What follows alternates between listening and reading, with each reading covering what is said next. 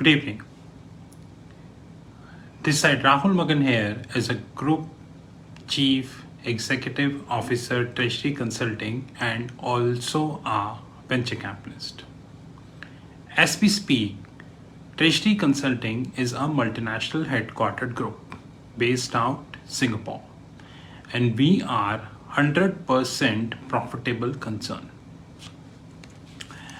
Like I promised you that every night I'm doing the Facebook Connect.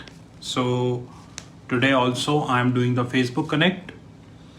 But before I continue with the Facebook Connect, there is one thing which I would like to let you know, which is that now, in case you are missing the Facebook Connects because of the timing difference, you can refer on the YouTube channel. So the Facebook Connect of 11th, 12th and 13th April. 11th, 12th and 13th April are live on the YouTube. So even if you missed that, you can refer them on the YouTube channel. So today is practically 15th, but I treat this as 14th. So the 14th would be available probably by end of day tomorrow. From 2018, I am raising one voice on the YouTube channel, and that is the startups in India are standing on the fake valuations. Although I have given ample of evidences regarding the same, ample of evidences, but having said that, I keep searching for new things. Today, while reading the newspaper, I got a very good data which I think I should speak on. Of course, I would be making the YouTube video also. So the data is that the Indian startups have started raising the debt. Now, what the hell is that? So when you have a startup, you generally raised the equity. Either this is the seed funding, Series A, Series B, Series D, and this stupidity continues. That's a separate thing, that the formula, which is post-money valuation, is equals to pre-money valuation plus amount invested, the most fraudulent formula of the venture capitalist, and common sense, the regulators are in sync with that. Now, since the equity funding is dried because the companies are in huge debt. So let me give you an example. In March, Eruditus, who claims to be an agtech company, because everyone in the world claims to be an agtech company. Now, whether this is Byju's, whether this is Eruditus, and there are many. In March, Eruditus has raised 350 million. 350 million, which is near about 2,700 crores in debt from CPPIB. Now, CPPI means Canadian Pension Fund. And you would be surprised to know that this is a term loan. And in this term loan, the 5-year term loan, and the coupon is 8.5 to 9.5%. So 2,700 crore into 9.5% is the yearly interest they need to pay. It's a common sense. Even a 10th fail can compute that, which is near about 250 crores. So every year you would be paying 250 crores as an interest cost. And still you expect these startups one good day would become profitable. In November, which means the November went by, the Byju's raised 5-year $1.2 billion. $1.2 billion at a yield of 6.8%, which means near about 70 to 75 million dollar, which is not less than 500 crores. I repeat, 70 to 72 million dollar, not lesser than 500 crore, interest to be paid on a yearly basis. And we all understand that Byju's is also a heavily loss-making company. Now, that's a separate thing that Byju's claim to be a 18 billion plus valuation company, which they are not. Because a loss-making company cannot be 18 billion valuation company. Ola also raised $500 million, 500 million at a yield of 7.81%, which precisely means near about you would say $40 million. 40 million means around 280 to 300 crores of interest on a yearly basis. Ola, Eruditas, and Byju's, the three names who came in public, and all three names are in losses. You know, the one thing I would like to warn people very carefully, and I know that the whole system of India is compromised. Whole system of India is compromised because if I hold that information, which is I got it from public domain, then common sense is regulator also hold that information. But regulators are not worried because they know that they would be giving IPO approval to these companies. That is something which is very clear, and this is something which had happened, which includes Paytm, Zomato, Nikia, Policy Bazaar, and many such companies. The purpose of taking venture debt is very clear, and that is you have no source of equity funding. And the interest cost which you would be paying, you have to pay because it's a debt. This would eat away your P&L, which is already eaten. The common sense is we need to be very much aware of the fact that we are next to the companies who are making us idiot. Whether it is Byju's, whether this is Ola, and so on and so forth. Ola is throughout loss-making company. Till now, Ola never reported profit, and still they got $500 million of funding. I also would like to discuss something in this Facebook Connect, a very important thing, which is called sovereign risk. Now, this is first thing which I wanted to discuss. I already done that. When we were doing MBA in 2005, we being told that there is a concept called sovereign risk, which means that whenever the governments take up the funding, they would never default. And I raised my hand in the class and asked that what is the guarantee that the government never defaults? Although I got no answer and I was asked to leave the class as usual, nothing new. Today, when Sri Lanka collapsed and near about 51 billion, yes, 51 billion worth of debt is defaulted, and God knows how much the local debt to be defaulted, because this is the external debt. Common sense is local debt to be defaulted. This raised a very important question in the system which we all are ignoring. And by the time we woke up, the things would be out of our hand, which is in the year 2022 and onwards, do we left with a concept called sovereign risk? I don't think so. We do not left with a concept called sovereign debt because the governments are defaulting. Today, International Monetary Fund started talks with three countries. Number one, Sri Lanka. Number two, Pakistan. Number three, Tunisia, regarding the help in the debt default.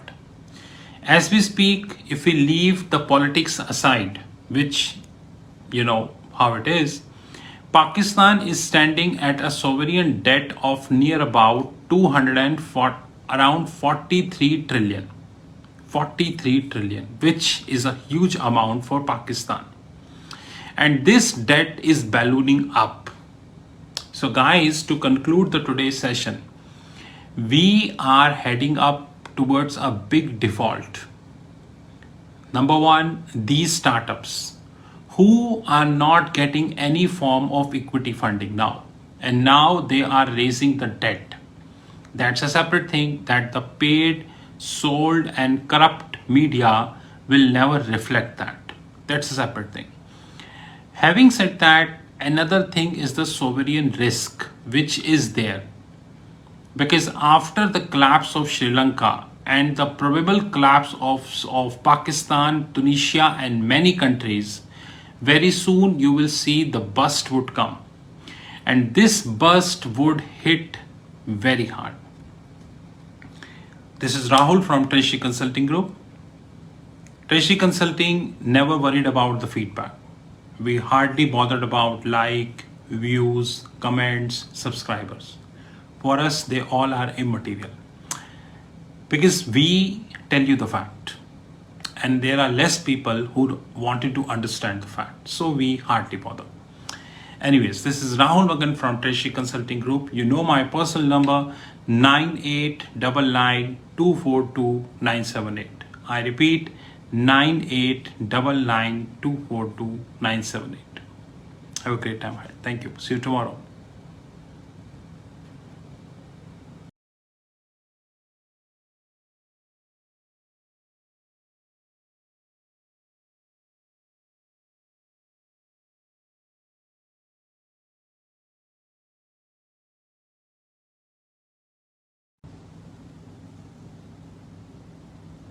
Good evening. This side, Rahul Magan here, as a Group Chief Executive Officer, Treasury Consulting, and also a venture capitalist. As we speak, Treasury Consulting is a multinational headquartered group based out India, Singapore, and Hong Kong. And we are 100% profitable concern. Before I start, I would like to give you a pleased news, which is we crossed near about 2000 videos on Takatak. So as we speak, we crossed near about 2000 videos on Takatak. And another good news is we crossed near about 2050 photos. Photos means the financial market photos on ShareChat.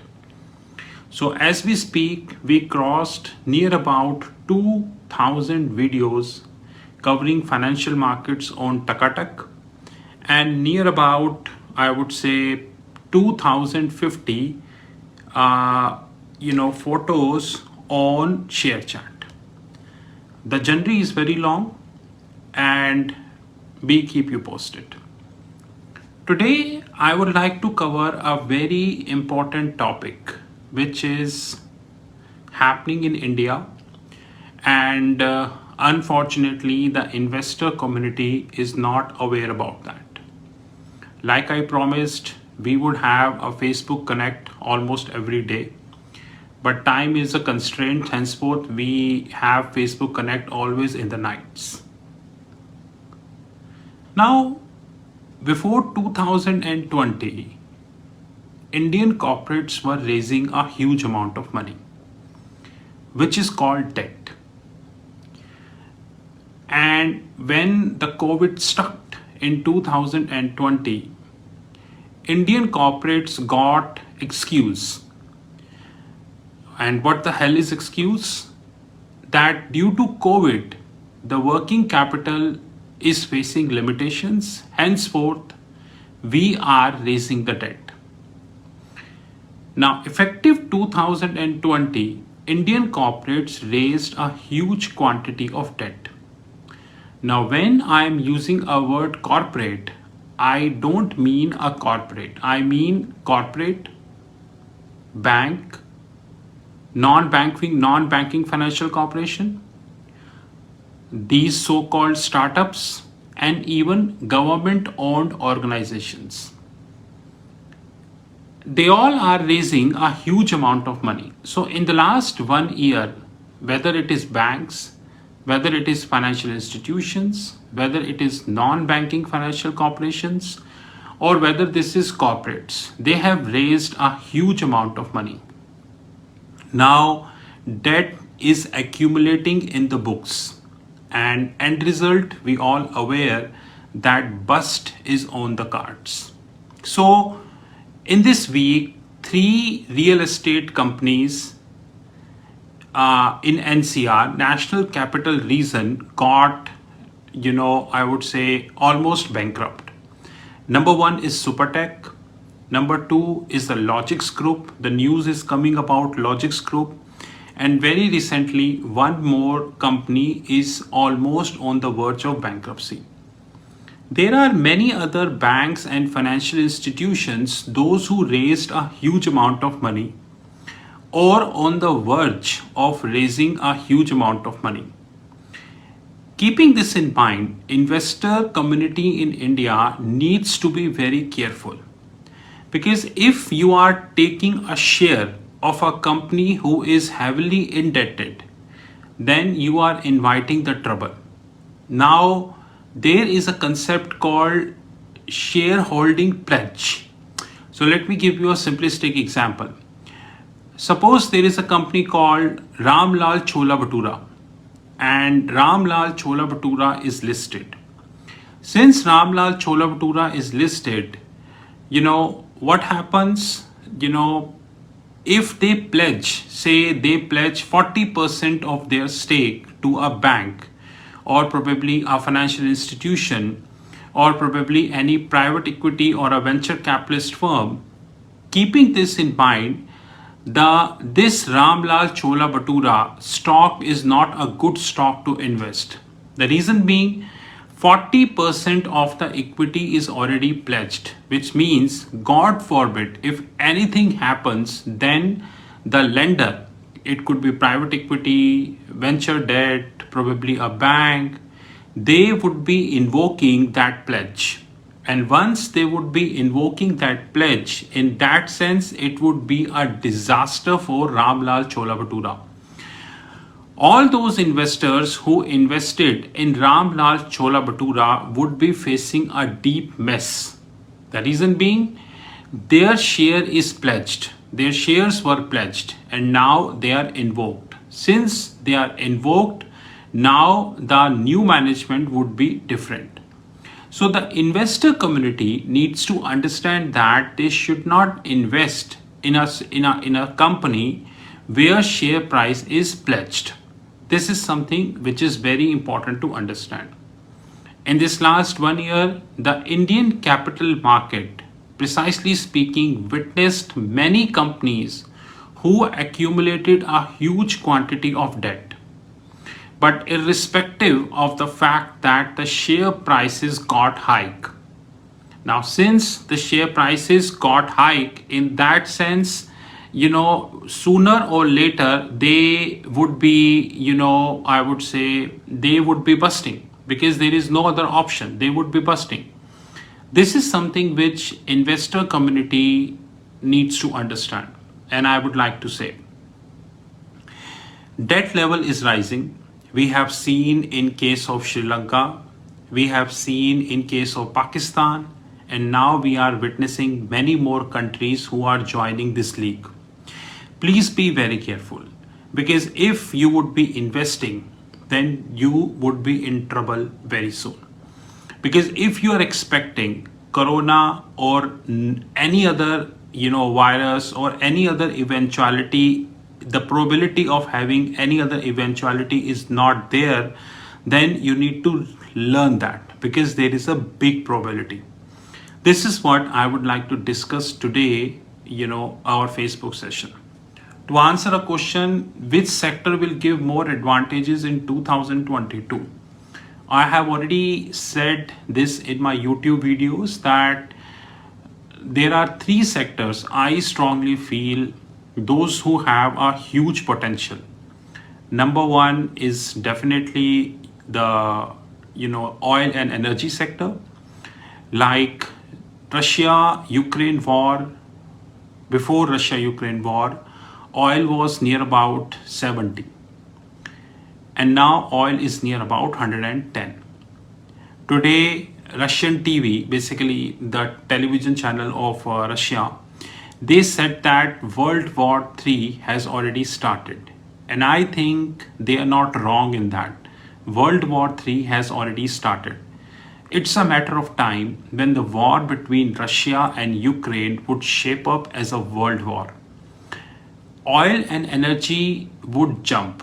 Like, take an example of gas, take an example of gasoline, take an example of CNG, take an example of Brent, or any other oil and gas product. You will see there is a substantial rise. But there is a clause. The clause is that the oil producers would get benefit as compared to oil importers. So example, there are companies, I'm not quoting any name, there are companies who are importing the oil and there are companies who are producing the oil. There is a difference. Those who are importing the oil, I'm not giving any name, they might be in a serious trouble because of the oil volatility. But those who are producing the oil, they would be the greater beneficiary. I have given the appropriate hint. Second, I think that is the renewable sector. I personally feel that renewable sector is having a great potential. Corona is one thing, Ukraine, Russia war is another thing. The very important fact is the glaciers, the global warming. We are hardly any concern about global warming. Global warming is shaping up. Since global warming is shaping up, it would have substantial impact on the renewable sector. There would be a push towards the renewable sector. Of course, India would also get that push. Keeping this in mind, it is wise to invest in a renewable sector, but I'm not giving any names because I have stopped giving any names, because once you give the names, people start copying it. Third sector I feel which would have a huge potential is the metal sector. In the eventuality of the war, in the eventuality of the ecological disorder, by ecological disorder means the glacier melting, the global warming, and all these kind of eventualities, the metal sector will always go up because of the input cost, which means that today the input cost of aluminium, say X, it would substantially jump up if there would be any ecological disorder. Of course, if the input costs jump up, the companies, those who are selling the steel, nickel, iron ore, and all these kind of stuff, they will hike the prices. I feel these three sectors are very important in another 2 to 3 years.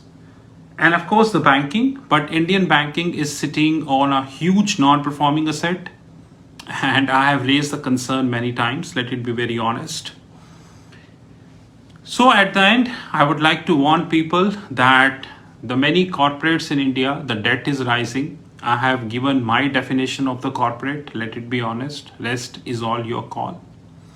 But today I am pleased that the TikTok crossed 2000 videos, ShareChat crossed 2000 images, more is on the cards. Like promised, we have one Facebook Connect every night, and the copy, basically the video of that Facebook Connect, would upload it on the YouTube channel probably in a day or so. This is Rahul Magan from Treasury Consulting Group. You knew my personal number 9899242978. I repeat 9899242978. Thank you and have a great time ahead.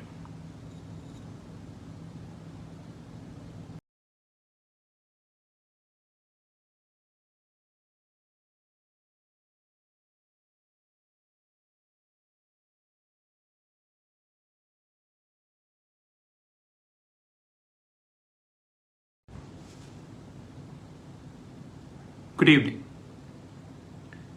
This side Rahul Makan here as a Group Chief Executive Officer, Treasury Consulting, and also a venture capitalist. As we speak, Treasury Consulting is a multinational headquartered group based out India, Singapore, and Hong Kong.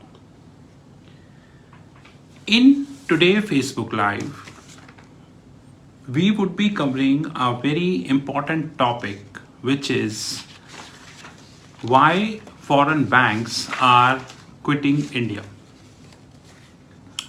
So what is happening is that we are very busy. Busy in the sense we are very busy in chasing the politics, in chasing the religious background events and all these kind of stuff. But one thing where we are not busy is that the foreign banks are quitting India. It is not the foreign bank, rather foreign automobile companies are also quitting India. I worked as a corporate treasurer for American companies, and you name the bank I dealt with. I dealt with almost all banks of the globe, whether this is Standard Chartered, UBS, Barclays, Deutsche, JP Morgan Chase, Goldman Sachs, and you just name I dealt with. Even today, Treasury Consulting is a hedge fund, and we deal with many financial institutions.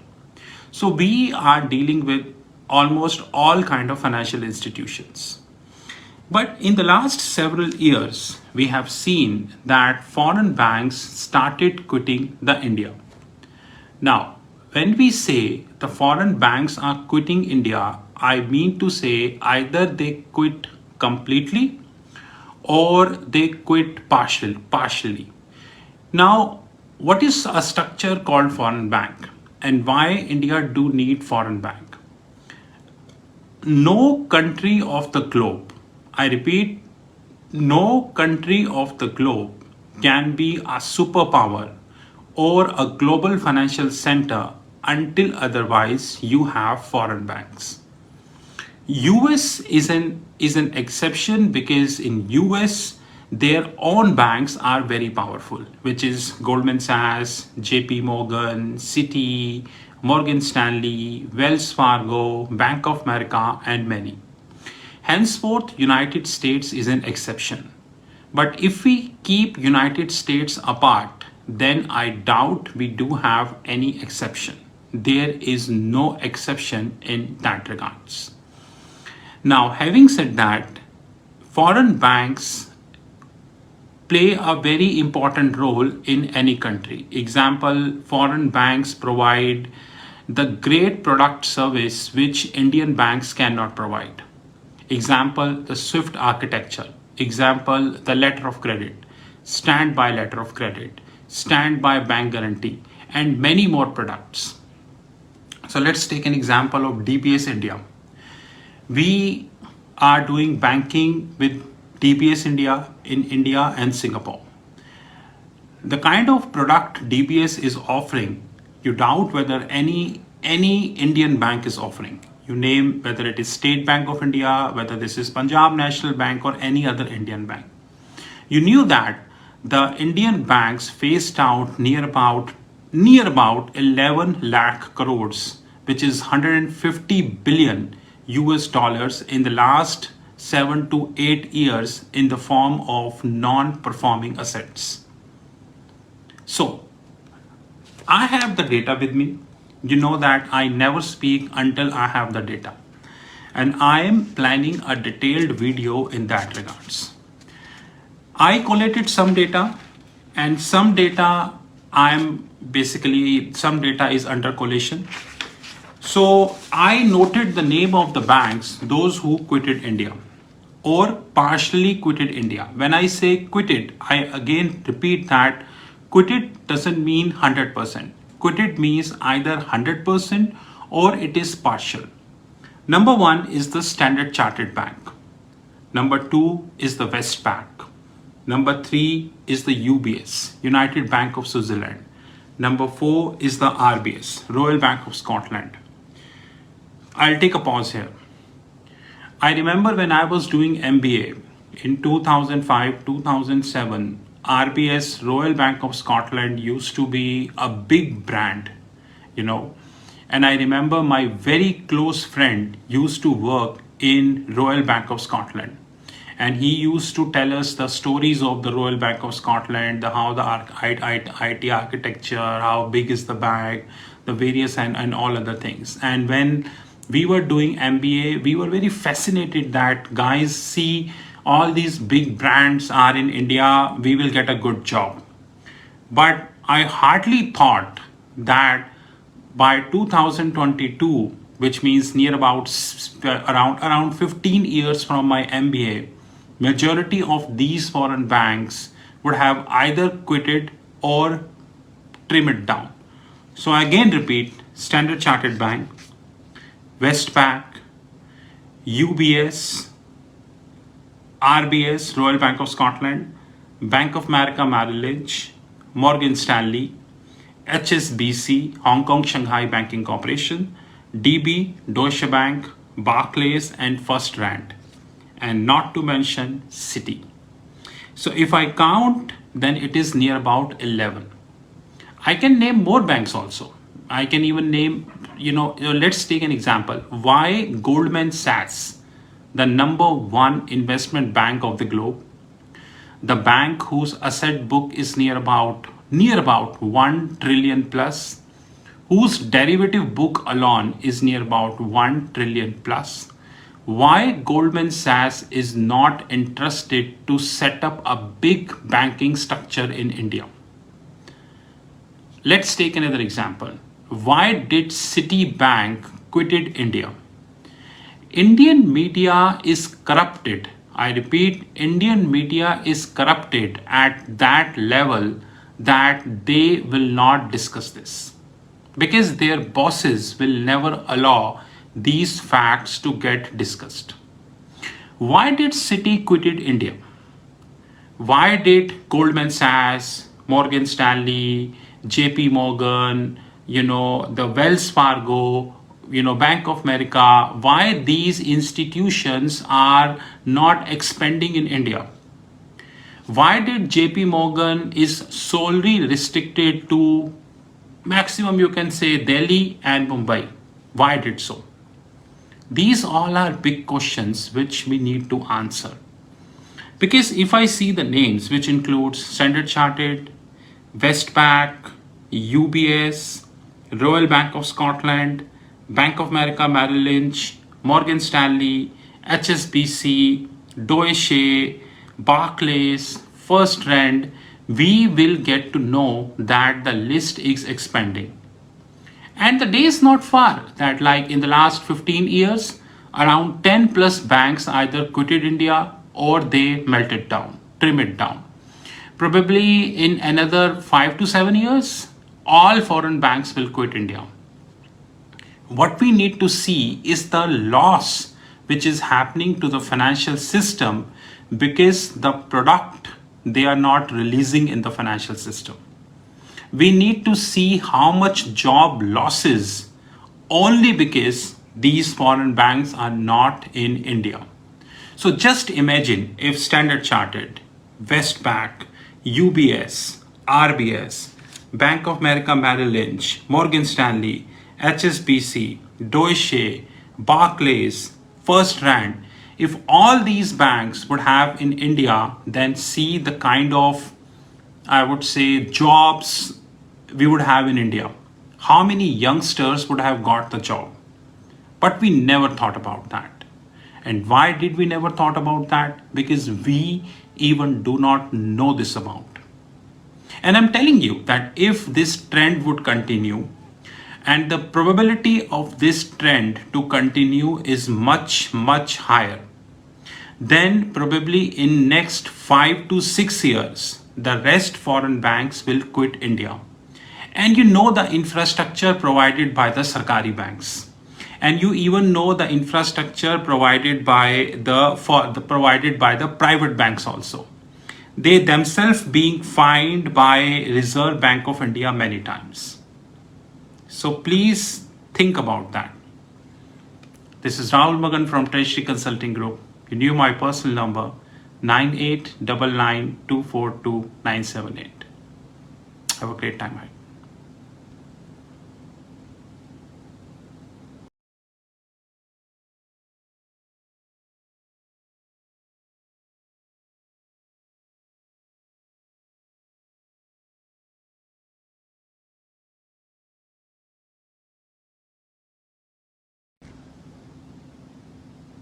Good evening. This is Rahul Magan here as a Group Chief Executive Officer, Treasury Consulting, and also a venture capitalist. As we speak, Treasury Consulting is a multinational headquartered group. आज हम बात करेंगे एक ऐसे topic पे जो कि बहुत हॉट है,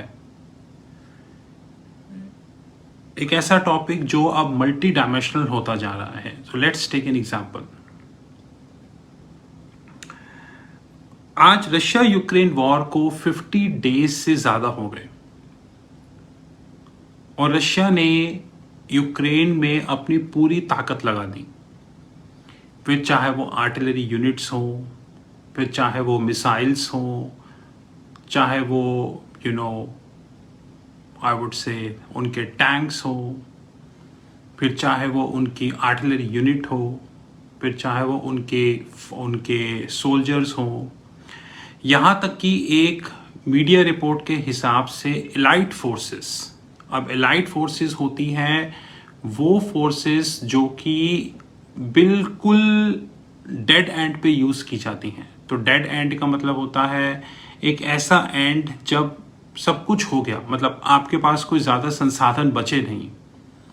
एक मीडिया आर्टिकल के हिसाब से रशिया ने अपनी एलाइट फोर्स भी यूक्रेन में यूज़ की है और उसके बावजूद रशिया विक्ट्री नहीं ले पा रहा है, जो कि एक अच्छी बात है, बहुत अच्छी बात है मेरे हिसाब से. लेकिन इसके दो कॉन्सिक्वेंसेस आगे हो सकते हैं. पहला कॉन्सिक्वेंसेस आउट ऑफ फ्रस्ट्रेशन और दूसरा आउट ऑफ मिलिट्री एक्सपेक्टेशन. तो आउट ऑफ फ्रस्ट्रेशन क्या होगा? पहले अगर रशिया इसी तरीके से यूक्रेन में लूज करता रहा तो रशिया के पास दो वेपन्स और बचेंगे. पहला, रशिया केमिकल वेपन का यूज कर सकता है या न्यूक्लियर वेपन का यूज कर सकता है. यूक्रेन के प्रेसिडेंट ने इस चीज की बात पब्लिक डोमेन में भी कही है कि रशिया डेस्परेट स्टेट में आके अपना केमिकल वेपन या न्यूक्लियर वेपन यूज कर सकता है. अगर ऐसी कोई इवेंचुअलिटी होती है तो उस केस में स्पेशली केमिकल वेपन या nuclear weapon, either of that, तो उस स्टेट में इसका इम्पैक्ट पूरी दुनिया की फाइनेंशियल हेल्थ, फाइनेंशियल मार्केट्स और मेंटल हेल्थ पे पड़ेगा. एग्जाम्पल, वर्ल्ड वॉर में जापान, हिरोशिमा, नागासाकी, हम सब ने हिस्ट्री में ये एग्जाम्पल्स पढ़े. लेकिन आज तक उस न्यूक्लियर बम के जो इम्पैक्ट हैं वो वहाँ की जनरेशन में आते हैं आज तक, जबकि इस चीज़ को नियर अबाउट 50 ईयर्स से ज़्यादा हो गए. और ऐसे कई इंसिडेंट्स हैं दुनिया में जहाँ पे न्यूक्लियर वेपन का इस्तेमाल हुआ और कितनी जनरेशन्स उसको फेस कर रही हैं, क्योंकि पुतिन पे ज़बरदस्त सैंक्शंस लग रहे हैं. फिर चाहे वो यूएस हो, फिर चाहे वो यूरोप हो, यूरोपियन यूनियन हो, चाहे वो अलग अलग कंट्रीज़ हो, सिंगापुर हो या अलग अलग कंट्रीज, सब ने पुतिन पे सैंक्शन लगाए हैं सिवाय एक को छोड़ के, वो है चाइना. और चाइना और पुतिन की कितनी गहरी दोस्ती है ये तो सबको ही पता है. तो अब मोटी बात ये है कि अगर आउट ऑफ फ्रस्ट्रेशन पुतिन ने केमिकल या nuclear weapon, either of that, का यूज़ किया तो उस केस में ग्लोबल फाइनेंशियल मार्केट को मेल्ट डाउन होने से कोई नहीं रोक पाएगा. हाँ, इवेंचुअलिटी वो रिकवर हो जाएगी, प्रोबेबली कितने समय में रिकवर होगी ये पता नहीं. लेकिन अगर ये न्यूज़ फ्लैश हुई कि रशिया ने केमिकल वेपन का यूज़ किया तो उसको उस इवेंचुअलिटी को तो कोई रोक नहीं पाएगा और उसका इम्पैक्ट पूरी दुनिया में होगा. तो कोई भी स्पेशल कंट्री को स्पेशल स्टेटस तो मिलेगा नहीं, ये भी एक फैक्ट है. और अगर मैं इंडिया की बात करूं तो पिछले 6 महीने में, यानी कि मार्च 2022 एंडिंग, फॉरेन पोर्टफोलियो इन्वेस्टर्स ने 1.5 लाख करोड़ यानी कि नियर अबाउट 1.5 ट्रिलियन विड्रॉ किए हैं या सेल आउट किए हैं। यानी कि एक पब्लिक इंफॉर्मेशन के हिसाब से फॉरेन पोर्टफोलियो इन्वेस्टर्स ने पिछले 6 महीने में 1.5 trillion Indian rupees worth of equities sale करी हैं। अब अगर रशिया केमिकल या न्यूक्लियर वेपन का यूज करता है तो इसका इंपैक्ट इंडियन मार्केट्स पे भी डेफिनेटली पड़ेगा। और भारत की मीडिया तो इतनी ज़्यादा करप्ट हो चुकी है कि वो कभी भी इन्वेस्टर्स को इसके रिगार्डिंग वार्न नहीं करेगी। मैं आप सबसे सिर्फ इतनी रिक्वेस्ट करना चाहता हूं कि रशिया यूक्रेन वॉर ओवर नहीं हुई है। ये वॉर किसी भी डायरेक्शन में मूव हो सकती है आज के समय में, और इसके नेगेटिव डायरेक्शंस में जाने के चांस ज़्यादा हैं ना कि पॉजिटिव डायरेक्शन में। क्योंकि मुझे अच्छे से याद है कि आज से 15-20 दिन पहले एक आर्टिकल इंटरनेट पे फ्लैश हुआ था, जिसे कि मैं रेगुलरली पढ़ता रहता हूँ हर आर्टिकल को। उसके हिसाब से एक उस आर्टिकल ने ये डेडलाइन दी थी कि 15 अप्रैल तक रशिया विड्रॉ कर लेगा। 15 तो हो गई, रादर अब 18 हो गई, और मुझे विड्रॉ वाले सीन तो गई दिख नहीं रहे। तो गाइस बहुत ध्यान से चलें, और गलती से अगर रशिया यूएस क्लैश हो गया, क्योंकि बाइडेन यूक्रेन को वेपन्स, कैश या जो भी नेसेसरी चीज़ें होती हैं वो भेज रहा है। नाटो ऑलमोस्ट डिसफंक्शनल है, यूएन जनरल असेंबली वो भी डिसफंक्शनल है, यूएन सिक्योरिटी काउंसिल वो भी डिसफंक्शनल है। डिसफंक्शनल का मतलब एक ऐसी संस्थाएं जिनका होना या ना होना एक बराबर है। वैसे अगर हम ध्यान से देखें तो रशिया यूक्रेन वॉर ने एक बहुत अच्छी चीज़ हमें सिखाई है। वो ये, जिसे मैं पिछले कई सालों से अपने YouTube चैनल और पब्लिक डोमेन में कह रहा हूँ कि ये जो संस्थाएं ऊपर बैठी होती हैं, जो कि जिनके दम पर हम ये सोचते हैं कि हम सुरक्षित हैं, वो संस्थाएं नाम मात्र की होती हैं। रशिया यूक्रेन पे अटैक कर रहा है, फिर चाहे वो नाटो हो, यूएन जनरल काउंसिल हो, यूएन सिक्योरिटी काउंसिल हो, यूनाइटेड स्टेट्स हो, यूनाइटेड किंगडम हो, इन्होंने कुछ नहीं किया। सिर्फ फॉर्मेलिटी के लिए इन्होंने सैंक्शंस लगा दिए, लेकिन उस सैंक्शंस का भी कोई नुकसान नहीं हुआ। मैं आपको लाइव एग्जांपल देता हूँ। Oil as we speak around 110 पे है और ऊपर जा रहा है। जैसे जैसे ऑयल ऊपर जाएगा रशिया को और बेनिफिट होगा। कॉमन सेंस, इसमें कोई पूरी चीज़ नहीं है, रशिया को और बेनिफिट होगा और ये बेनिफिट बढ़ता जाएगा। तो आप रशिया पे जितने मर्जी सैंक्शन लगा लें, लेकिन जैसे जैसे ऑयल और गैस के प्राइस ऊपर जाते जाएंगे वैसे वैसे रशिया को और बेनिफिट होता जाएगा और उसका करंट अकाउंट प्लस होता जाएगा। और इस मैथमेटिक्स को रशिया बहुत अच्छे से समझता है। इसलिए रशिया एक चीज़ में बिल्कुल क्लियर है कि आप सैंक्शन लगाओ या ना लगाओ, मुझे उससे कोई फर्क नहीं पड़ता। इसलिए दुनिया भर के इन्वेस्टर्स, ये स्पेसिफिक नहीं है कि मैं इंडियन इन्वेस्टर की बात कर रहा हूँ, दुनिया भर के इन्वेस्टर्स बहुत केयरफुली इस सिचुएशन को ट्रैक करें, क्योंकि आने वाले समय में कुछ भी हो सकता है। कुछ भी हो सकता है कि कोई ऐसी इवेंचुअलिटी भी आए जो कि हमने सोची ना हो। ये भी हो सकता है, क्योंकि आज अगर पुतिन ने कोई भी मिस स्टेप लिया जिसकी प्रोबेबिलिटी है, लेट इट बी ऑनेस्ट, तो उसके डीप एंड डायर कॉन्सिक्वेंसेस होंगे। और वो कॉन्सिक्वेंसेस मात्र कुछ हफ्तों के लिए या कुछ डेज के लिए नहीं होंगे, वो कॉन्सिक्वेंसेस बहुत लॉन्ग टर्म के लिए होंगे। इसलिए कुछ भी डिसीजन लेने से पहले उसको ध्यान से सोचें और एनालिसिस करें।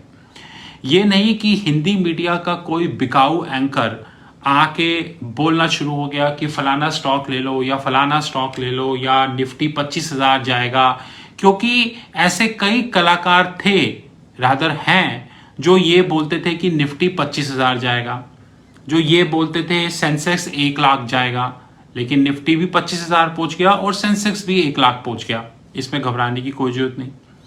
इसलिए गाइस, इस चीज को सोच के चलिए कि आने वाला समय काफी ट्रिकी है, वो इतना आसान नहीं है जितना आपको लगता है। हाँ, आपको लगता है वो अलग बात है। इसलिए बिल्कुल सुरक्षित होके और बहुत सेफली ट्रेड करें। Gold, silver, platinum, palladium, diamond, uranium, titanium, iron ore, coal, nickel, zinc, tin और बहुत सारी ऐसी कमोडिटीज जिसका नाम मैंने नहीं लिया, ये सारी कमोडिटीज में बहुत जबरदस्त वॉलेटिलिटी आएगी अगर रशिया ने गलती से भी केमिकल वेपन या न्यूक्लियर वेपन का यूज कर दिया। बाकी आप समझदार हैं, हिंदी मीडिया देखते रहे, वो आपको अच्छे से गाइड करेंगे। दिस इज राहुल मगन from treasury consulting group. You knew my personal number 9899242978. Thank you very much. This is the last Facebook Connect for the day. See you around.